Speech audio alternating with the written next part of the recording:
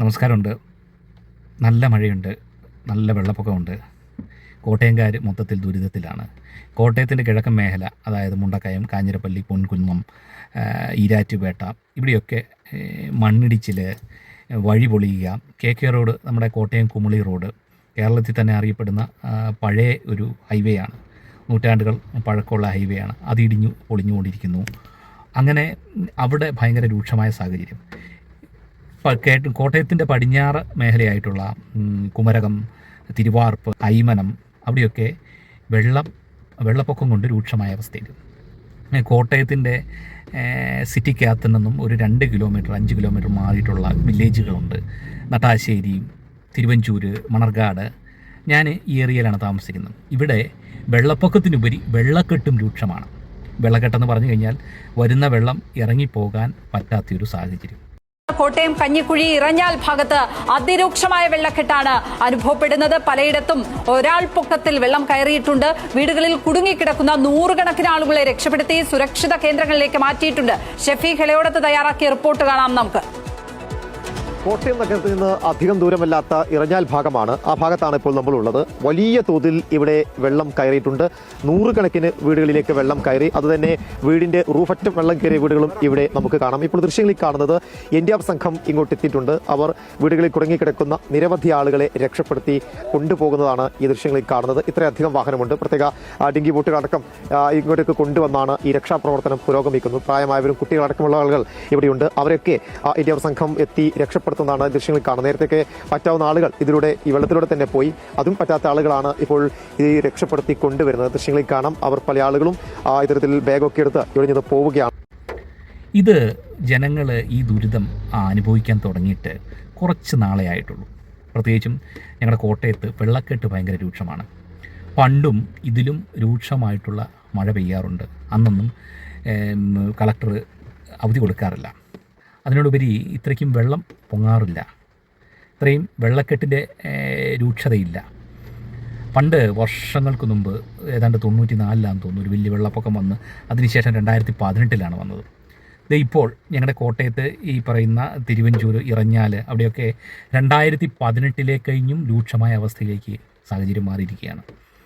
സത്യം പറഞ്ഞാൽ ഇത് മാറി മാറി വരുന്ന രാഷ്ട്രീയ കക്ഷികളുടെ കുറ്റമല്ല ഞാൻ പറയുന്നത്. ഇവരെല്ലാം താങ്ങി നിർത്തുന്ന ഈ പറയുന്ന ഗവൺമെൻറ് ഉദ്യോഗസ്ഥരുടെ വീഴ്ചയായിട്ടാണ് ഞാനിത് കാണുന്നത്. കാര്യം എന്താണെന്ന് വെച്ച് കഴിഞ്ഞാൽ ഇവിടുത്തെ എല്ലാ വഴികളും നമ്മുടെ നട്ടാശ്ശേരി അല്ലെങ്കിൽ ഇറഞ്ഞാൽ അല്ലെങ്കിൽ മണർകാട് ഇവിടെയൊക്കെ കണ്ടങ്ങൾ, കൃഷിയിടങ്ങളുണ്ട്, വെള്ളത്തിൻ്റെ ചാലുകളുണ്ട്.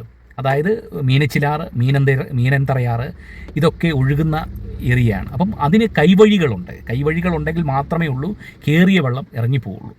ഇതെല്ലാം മൂടി അടച്ച് കൃഷിയിടം പൊക്കി ഫ്ലാറ്റുകൾ പണിയുക, വീട് പണിയുക, അങ്ങനെ പല കാര്യങ്ങളും പണിയുക. അപ്പോൾ എന്താ പറ്റുക? വെള്ളം തിരിച്ച് ഇറങ്ങിപ്പോകാൻ പറ്റാത്ത അവസ്ഥയിലേക്ക് മാറുകയാണ്. ഇതിനെല്ലാം ഉത്തരവാദികൾ സർക്കാർ ഉദ്യോഗസ്ഥന്മാരാണ്. അഴിമതിയുടെ അങ്ങേയറ്റമായിട്ടുള്ള സർക്കാർ ഉദ്യോഗസ്ഥന്മാർ. ഇവന്മാർക്ക് എന്ത് പൈസ കൊടുത്തു കഴിഞ്ഞാൽ, ചിലപ്പം എനിക്ക് തോന്നുന്നു ഒരു 150 രൂപ കൊടുത്തു കഴിഞ്ഞാൽ കണ്ടം നിലമാക്കി, അതായത് കൃഷിയിടം നമുക്ക് ഫ്ലാറ്റ് പണിയിക്കാൻ തക്ക രീതിയിൽ അവർ ആധാരം മാറ്റി കൊടുക്കും. അതൊരു കാര്യം. രണ്ടാമത്തെ കാര്യം എന്നാന്ന് വെച്ച് കഴിഞ്ഞാൽ ഈ മീനച്ചിലാറ്, മീനന്തറയാറ് ഇതിലൊക്കെ മണലുകൾ വന്നടിഞ്ഞു കൂടിയിരിക്കുകയാണ്. നമുക്കറിയാം ഭാരതപ്പുഴയുടെ നടുക്ക് പശുവിനെ കൊണ്ട് കെട്ടാം ഇല്ലേ? അവിടെ എന്താ മണൽ കാരണം നിറഞ്ഞു കിടക്കുക. അപ്പോൾ എൻ്റെയൊക്കെ കുഞ്ഞിലെ മണൽ വാരുന്ന ഒരു പ്രസ്ഥാനമുണ്ടായിരുന്നു. അത് നിരോധിച്ചു. മണൽ വാരുന്നത് നിരോധിച്ചു. അതിനോടുപരി പാറ പൊട്ടിക്കുന്നത് പ്രോത്സാഹിപ്പിക്കുകയാണ് ഇപ്പം ഗവൺമെൻറ്. ഈ പാറ പൊട്ടിച്ച് M sand, P sand, S sand, A sand അങ്ങനെ പല സാൻഡുകളാക്കി മാറ്റുകയാണ്. ഈ സാൻഡുകളാണ് വീടുണ്ടാക്കാൻ ഇപ്പോൾ ഉപയോഗിക്കുന്നത്. പണ്ട് എന്താണ്, മണൽ വെച്ചാണ് വീടുണ്ടാക്കുന്നത്. മണൽ വെച്ച് ഈ പരിക്കൻ ഉണ്ടാക്കുമ്പോൾ, അതായത് സിമെൻറ്റുമായിട്ട് കുഴയ്ക്കുമ്പോൾ ആ വീടിന് അല്ലെങ്കിൽ ആ തേപ്പിന്, ആ കോൺക്രീറ്റിന് ഭയങ്കര ഈടാണ്. സുഹൃത്തുക്കളെ, നിങ്ങൾ ശ്രദ്ധിച്ചാൽ മതി. ഈ M സാൻഡും കൊണ്ട് ഉണ്ടാക്കിയ വീട് തേച്ച് കഴിയുമ്പോൾ ഒരു 5-6 വർഷം കഴിയുമ്പോൾ എത്ര നല്ല പെയിൻറ്റിങ് ആണെങ്കിലും അത് ഈർപ്പൻ കെട്ടിയിട്ട് കൊമള കുത്താൻ തുടങ്ങും.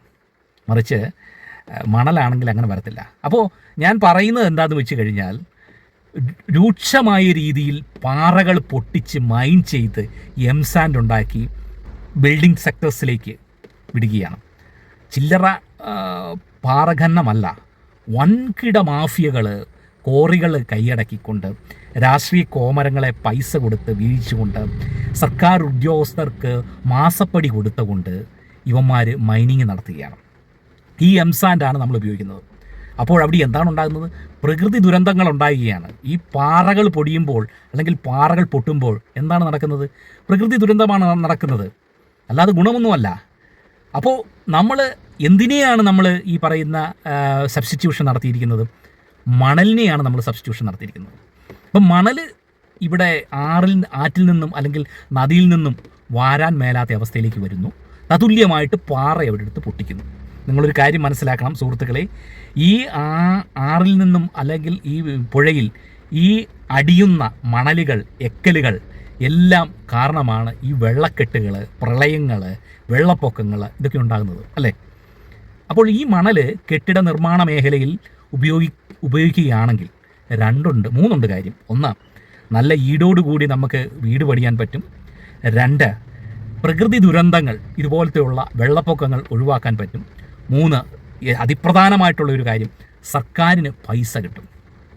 എൻ്റെ ഒരു കാഴ്ചപ്പാടാണ്, സർക്കാർ ഇപ്പം ജിയോളജി വകുപ്പ് എന്ന് പറയുന്ന ഒരു ഡിപ്പാർട്ട്മെൻ്റ് ഉണ്ട്, അവിടെയൊക്കെ ചുമ്മാ ആൾക്കാരിയ്ക്കുകയാണ്. ഞാൻ ഇത്രയും പറയാൻ കാര്യം എന്താണെന്ന് വെച്ച് കഴിഞ്ഞാൽ, ഞാൻ വീട്ടിൽ ഈ ഇത് ഉണ്ട്, ബോർവെല്ലിൻ്റെ വെള്ളം ഒന്ന് ടെസ്റ്റ് ചെയ്യാൻ കൊടുത്തു. ഏതാണ്ട് ഒരു 4 മാസം മുമ്പ് കൊടുത്തതാണ്. 800 രൂപ കൊടുത്താണ് ടെസ്റ്റ് ചെയ്യാൻ കൊടുത്തത്. അന്നേരത്തെ എന്നോട് പറഞ്ഞു, നിങ്ങളുടെ മെയിൽ ഐ ഡി തരിക, ആ മെയിൽ ഐ ഡിയിലേക്ക് അയക്കാം, കുടച്ചക്ര എന്നൊക്കെ.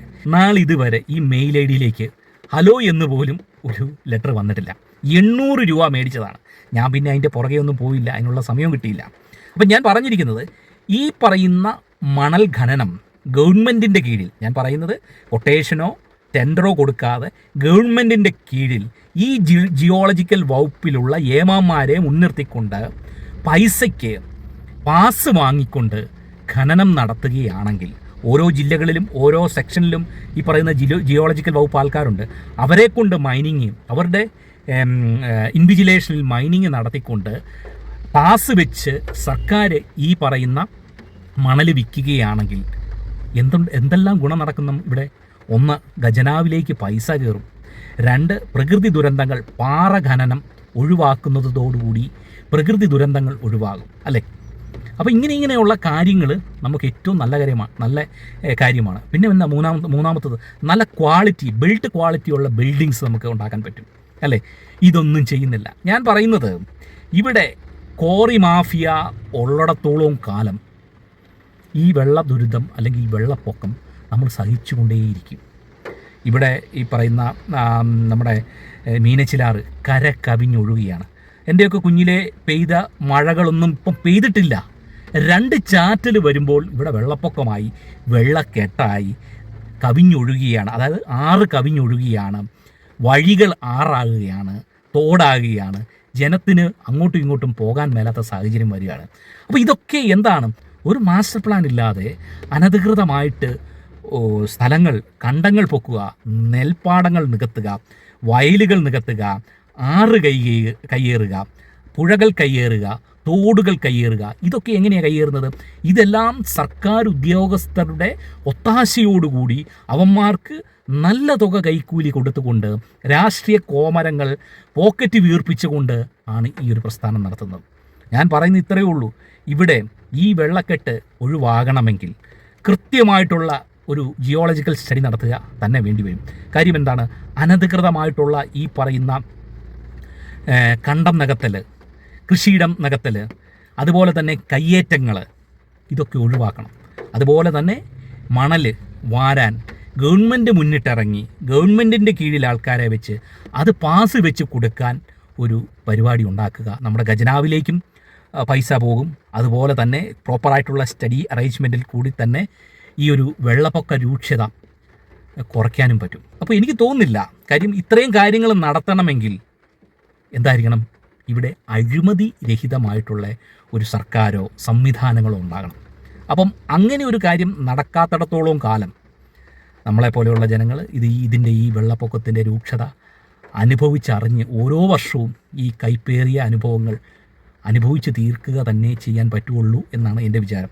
പക്ഷേങ്കിൽ വി.ഡി. സതീശൻ്റെ കീഴിലുള്ള ഒരു സർക്കാർ ചിലപ്പോൾ ഒരു നന്മ കാട്ടിക്കൊണ്ട് ഇതൊരു നല്ല മാനേജ്മെൻറ്റിൽ കൂടെ പോയിക്കൊണ്ട് സർക്കാർ ഉദ്യോഗസ്ഥരുടെ അഴിമതി കുറച്ചുകൊണ്ട് ഇങ്ങനെ പ്രകൃതി ദുരന്തങ്ങൾ, മനുഷ്യനിർമ്മിതമായിട്ടുള്ള പ്രകൃതി ദുരന്തങ്ങൾ ഒഴിവാക്കാൻ തക്ക സാഹചര്യം ഇദ്ദേഹം ഒരുക്കി കൊടുക്കുമെന്ന് ഞാൻ വിചാരിക്കുന്നു.